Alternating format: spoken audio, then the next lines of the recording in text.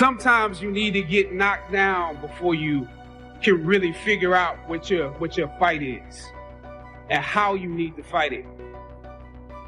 Sometimes you need to feel the pain and sting of defeat to activate the real passion and purpose that God predestined inside of you. You have a great life in front of you, but your great life is in front of you. It's not behind you. What you did back there ain't got nothing to do with what God got for you. What you did back there was learn the lessons to get you to where you are at this particular moment right here. But what God got for you, do you know, man, that you can actually mess your life completely up? You can jack it all the way up and you can turn around and get it right.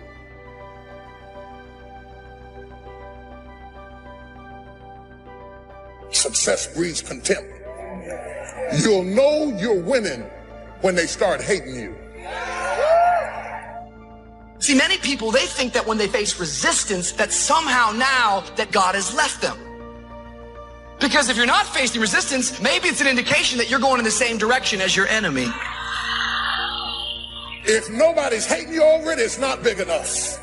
You'll know it's big enough when they start hating you for it. And nothing you do satisfies them. And nothing you do calms them down. That's a sign that you're getting ready to get in a net-breaking blessing. Think of it like this. For every peace stealer you allow in your life, you are 20% more likely to live stressed, to have a crisis. I'm asking you to find happy friends. I'm not saying you have to cut people off, never speak to them again. I am saying you should put up some boundaries. You don't have to make a big announcement. Just little by little, spend less and less time with that person. If you don't get the wrong people out of your life, you'll never meet the right ones. You got to look for the good. You don't have to look for bad in life, but you have to look for the good. Well, my friend really disappointed me, but at least I learned to put my hope in God more than in people. Get yourself situated. Pick the right location to live in. Get your marriage ready, because God's going to bless you until the devil hates you.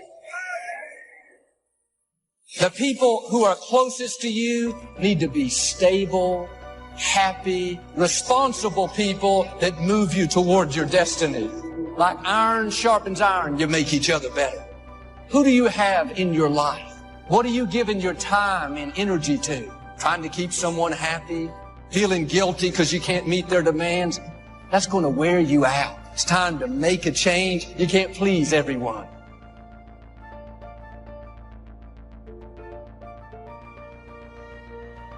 A dream will require integrity. And what others believe about you is never as important as what you believe about you. You know, I got a lot of people who believe a lot of things, but what you believe about you is more important than what people believe about you.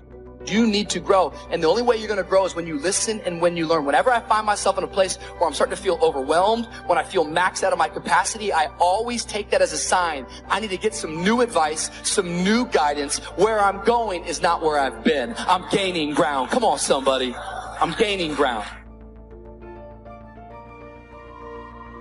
What would your life be like if you decided to become courageous? You know, it takes courage to live. Most people go through life not allowing themselves to step out because they don't want to let go. They don't want to be moved. The courage to face life's whirling wind of contradictions. The courage to love yourself. Gone through the same process and evolved. You can't sit with somebody who's invested 30 years in and be respected as an equal when you got 3. There are some things only experience can teach you. And until you pay your dues, don't run with horses when you're tired from walking with men. The brighter the light, the more the heat. The higher God takes you, the more people are going to see you. Sometimes, instead of celebrating you, people will get jealous, try to pull you down. Don't take the bait. It's a distraction. Keep your face set. Stay focused on your purpose. You got to surround yourself with people who have talents and skills, not just people who love you. I'm glad you love me, but loving me won't bring these fish in. I want to know, can you carry some weight? I'm talking about somebody who can carry the weight when the net is about to break. You are carrying so much weight and so much responsibility that you are at the breaking point. And you can't even tell anybody that you're at the breaking point because you have a Superman complex and you're trying to be there for everybody. But the reality is the weight of what you're doing is breaking your nets. Do you define yourself by your emotions? Do you define yourself by your status? Do you define yourself by your lowest point? Do you define yourself by your highest achievement? All of that is dangerous. Because the moment you start believing that you are what you do or you are what you went through, there's a bleeding on the inside that happens when your sense of self-worth flows from what you do and what you go through. You can't become so dependent on people that you're getting your worth and value out of how they treat you. It's easy to become addicted to compliments, addicted to encouragement, addicted to them cheering you on. Now you rely on them to keep you feeling good about yourself, to make you feel approved. Like a drug, if they don't keep you fixed, meet all your expectations, you get discouraged.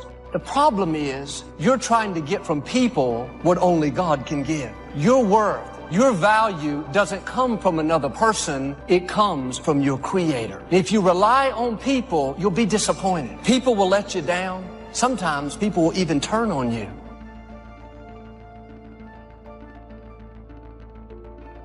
You have no idea what's in you. Do you understand that the problem that you're grappling with right now is not even the issue? It's just training for you. The lion that you're fighting with now is not even the issue.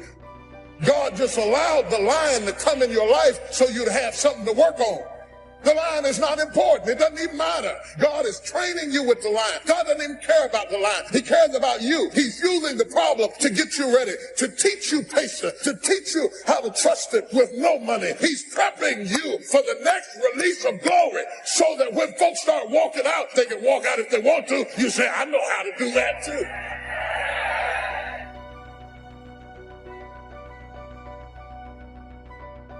There's so much we're learning right now. We may not know we've learned it until way on the other side of it.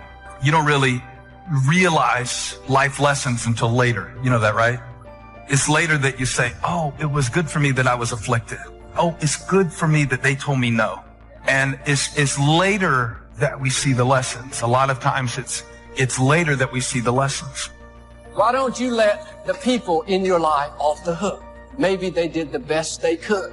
They may have made decisions that you don't understand. Feels like it puts you at a disadvantage, but you didn't have to walk in their shoes. Bottom line, nobody owes you anything. God is keeping all the records. He has seen everything that's happened in your life. The injustice, the person that did you wrong, those people cannot pay you back. They cannot make you whole. Only God can.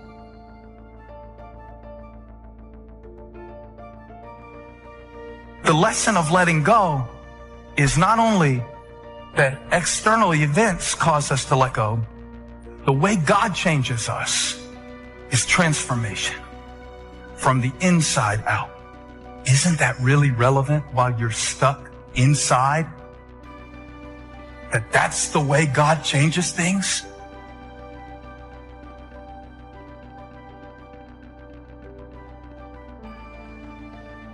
Quit trying to get somebody to apologize, to admit they were wrong, to give you what they don't have. If you'll go to God, He'll bring you out better. He'll make the rest of your life more rewarding, more fulfilling than it would have been if that hadn't have happened in the first place.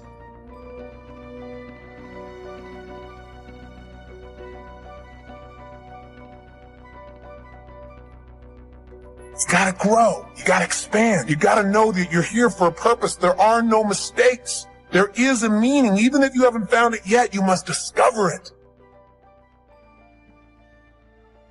And you know what? For most people, they don't discover the meaning of their life until their life is over.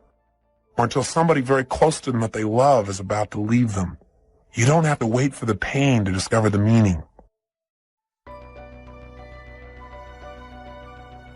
It first starts with decision on your part. And may I add, well, you should decide. Why let worry continue to take money out of your pocket and bank account?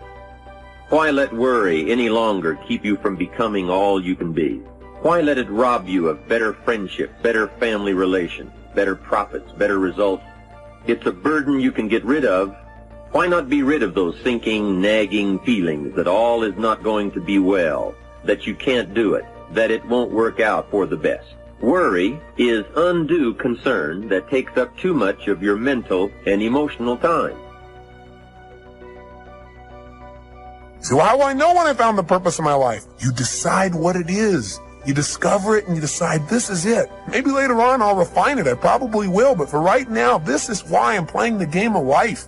This is what it's about. Every day, if I'm just being this way, if I'm just doing these kinds of simple things, then I know I'm on track. I know there's a reason for my existence.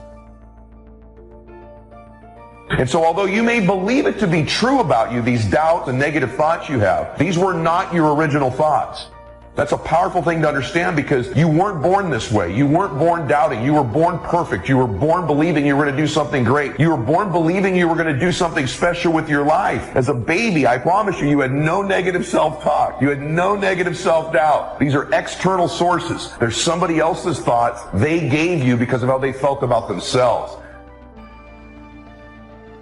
If you're offering words of wisdom to someone in the genuine attempt to help and they treat that with contempt, then shut up because you're demeaning your words by throwing them away.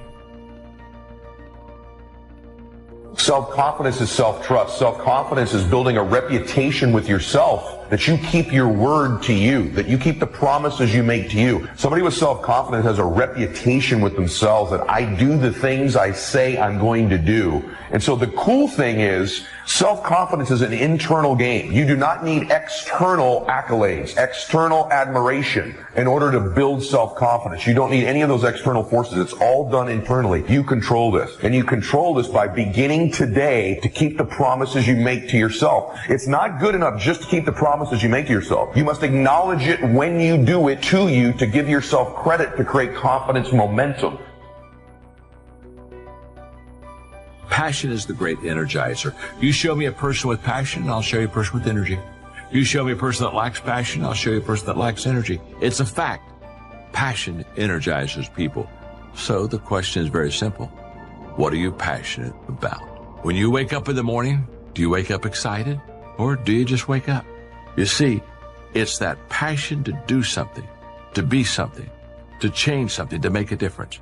That's where the energy comes from. You can't take that old story into the new identity. One of the things we have to do to create a new identity is to begin to tell a new story. What's your new story? Who are you now? What are you all about now? Where are you going now? What's this new version of you?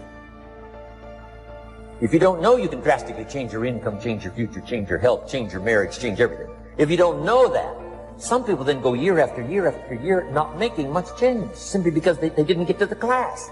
And if you just rock along, I'm telling you it's okay. Anybody can live any way they choose, but I'm here to tell all of you that if you wish to, it's possible to make the next 3 years totally different than the last 3. Change that. It's easy to blame the other person, but start taking ownership for where you are. Are you proud of how you have been living your life? Have you explored your natural talents, your gifts, by enthusiastically trying a variety of activities?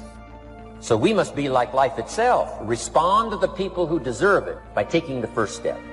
Even God himself says, if you move toward me, I'll move toward you. That's the condition. Now, learn to work with the people who deserve it, not the people who need it. Now, here's what's the next step. Teach people how to deserve your time. Ladies and gentlemen, a lot of us have so much talent and abilities, we just put them back on the back burner, just left them aside someplace. Never did anything with them, never brought them out here. What are you sitting on? What gifts are you sitting on? Have you resigned yourself to a life feeling that nothing can be done to change your future or your circumstances? Some people will not accept the new thing God puts in your heart. They're stuck in what was while God is telling you what is. It's new levels. It's greater influence. It's uncommon favor. Don't let the fear of what people are going to think keep you in your box. Your brain literally goes to work on finding the evidence to prove you right. And so that identity, you're constantly reinforcing it. If you believe a certain worth about yourself, that impacts the type of action you're willing to take. So if there's a goal you've got set, it doesn't matter what it is, pick a goal. To the extent that you believe it's consistent with your identity is to the extent that you will make an effort towards it. You don't know how strong you are until you have to be strong. Oh, anybody can have faith when you got a job, your marriage is working, you got money in the bank. Oh, you can have faith then. Faith not tested can't be trusted. Listen to me, listen to me. Desire discovers talent, right? If your why is deep enough, right? So you have a dream, you have something you want to do, and you know it's going to change your life. So what's the why? What's the reason you're doing it? Well, I'm doing this because of my kids. I want to be able to express myself in this universe, right? That's your why. So the why will take care of the how. So if you don't have the how, don't worry about it. Leap anyway. If you don't produce, you won't be happy. Here's number 2, good friends. The greatest support system in the world is good friends. You've got to work on that. Spirituality. If you are a believer, here's what you must do. Study, practice, and teach. Whatever's valuable to you, study, practice, and teach. The other thing is acknowledge your fears and then go into action. Anybody who's ever done anything, who's ever taken a chance, doesn't mean that they're not afraid. Courageous does not mean being the absence of fear. I think that being courageous is willing to do it because that's what you feel and you're going to do it anyhow. What is it about you that's different than your friends? I know I can do more than what I'm doing. I can have more. See, that's the difference between people who make it and people who don't make it. You have a power in you to overcome anything that you are confronted with. You trying to convince me or anybody else that you want to get it when you partying all week, what you got the latest iPhone for? Can you technically afford that? See, everything about what you're doing and the moves that you're making is getting in the way of the big picture. You still partying, you still popping bottles with models, you doing the most. You trying to convince everybody around you that you're on, but you're not on. It was good enough for my father, and it's good enough for me. This is the man we ought to ask to use the telephone his father used, and drive his dad's old car, and wear his old clothes, and eat his food, and live in his house. No, what was good enough for my father is not good enough for me. Everything is changing, and the wise man or woman is the one who takes a yes attitude toward life, who looks for and expects change and improvement at every department of life. And I say to you, you have something special. You have greatness in you. And the road to the life that you want is straight and narrow. Everybody won't see it for you. You got to see it for yourself. And understand and know this. It's straight and narrow. Why? It's lonely at the top. A lot of us, we don't know where to start. That's one. Two, we're afraid of taking the leap. Well, what if I leap, fall down, and break something? What if I get hurt? You know, I'm saying you're probably going to get hurt. It's possible. You're probably going to get betrayed. It's possible. But you got to take a leap anyway. You got to jump anyway. I'm going to give you a recommendation. Turn your damn TV off. Most of the time. Turn your phone off a lot too. So here's the deal. The TV's competing constantly to distract you with stuff that really doesn't matter. Does it really matter what's going on with the Kardashians right now? Don't be so obsessed with them. Be obsessed with your own reality TV program called Your Own Life.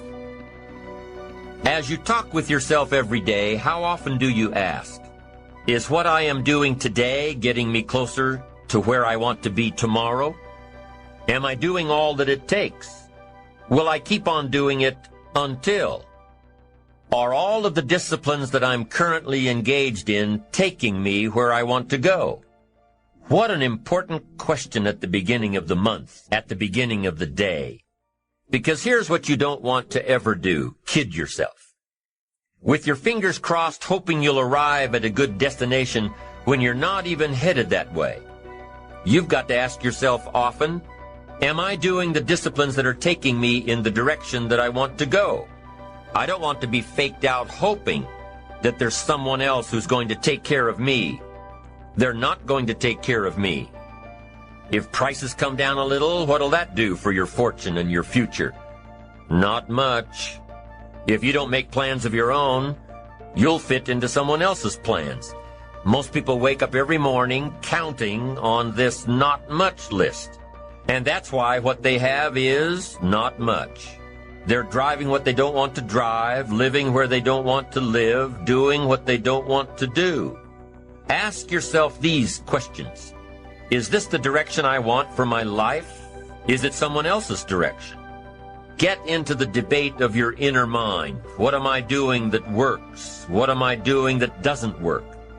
Work with your mind to figure out the best possible direction for you. Your self-direction. You hear stories all the time about good kids that are having problems. The parents push their kids into one career direction. It's the parents' direction, not the kids' direction. And for these kids, something goes wrong. Direction must be your own, or it can end up being damaging. Now, if you are one of those people who had the revelation that the life and goals you're pursuing are not your own, you can change it. But the change doesn't come overnight. The direction of life can come overnight. But the final destination does not happen overnight. It still takes time for the plans to build, to grow, to run the course. Let's say you have a brilliant idea for starting a new company. You don't expect to have an idea one day and a prospering business the next. You've got to take all the right steps, give it care and nurturing and time. You've got to be patient. As soon as you turn a new direction, you've got an excellent chance of a brand new destination. Self-knowledge has a lot to do with your philosophy, and your philosophy has a lot to do with shaping your attitude. You've got to gather up enough knowledge and information to know what's right for you. The best way to know if something works for you the right way is to do it the wrong way. Develop your own attitudes around your own experiences and the experiences of others. Take all of the information you have gathered and compile it, consider it. Look at it from your own perspective and refine it to suit you. And most importantly, make sure that what you end up doing is the product of your own conclusion. Self-preparation, being ready for the opportunities when they show up in your life. Being ready for it all, in expectation that it will come. If you wish to be ruler over many, you've got to be faithful with few. If you wish to have power and influence over many, be faithful when there's just a few. Someone says, if I had a big organization, I'd really pour it on. Come on. If you've got a few employees, if you've got a few people, that's the time to sharpen your communication skills of being in touch, giving the most of your heart and soul. Be totally absorbed when there's just a few. Someone says, oh, if I had a fortune, I'd really take good care of it. But I've only got a paycheck, and I don't know where it goes. You don't know where it all goes? Wow, we'd love to have you run the world. Pay real close attention to just a few dollars. Set up the disciplines when the amounts are small, and you'll be on your way to handling it when the amounts are many. Be ready for tomorrow by doing all that you can today, setting your goals. Set a goal that will make you stretch, to see what it will make of you to achieve it. The greatest value in life is not what you get.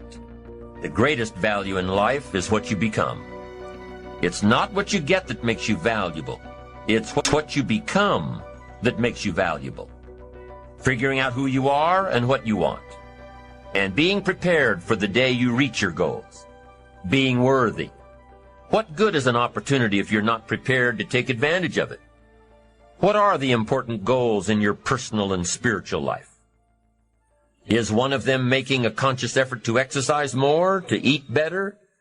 Doesn't matter what they are, just write them down. What does your future hold for you if you landed that big client? If you spent more time with your family, What does your future look like? Really spend some time on this now. Ask yourself, is this really my goal? Is this truly what I want? Is it important enough to me to become what it takes to reach this goal? Redefine what actually is important to you. Redefine how hard you'll really work to get them. Don't set your goals too low. Don't join an easy crowd. You won't grow. Go where the demands are high. Whatever goal that you have in mind, I want that to be a goal that will challenge you. How you're going to do it, that will come to you in due time. You will find the way. You'll become the kind of person that can attract the people, the resources, in order to make that become reality. See, you don't get in life what you want, ladies and gentlemen. You get in life what you are. What is it that you could love doing 7 days a week? Do you know by actively pursuing your purpose, it could perhaps extend your life? You see, when you're not pursuing your goal, you are literally committing spiritual suicide. See, ladies and gentlemen, life is too short trying to play it safe. The wealthiest place on the planet is the graveyard, because most people allow that inner conversation to keep them from ever pursuing their goals. Because see, when you don't feel worthy of your goal, you'll begin to unconsciously engage in self-destructive behavior, like procrastinating. I was working on a major project, and I walked away from it and gave it to someone else.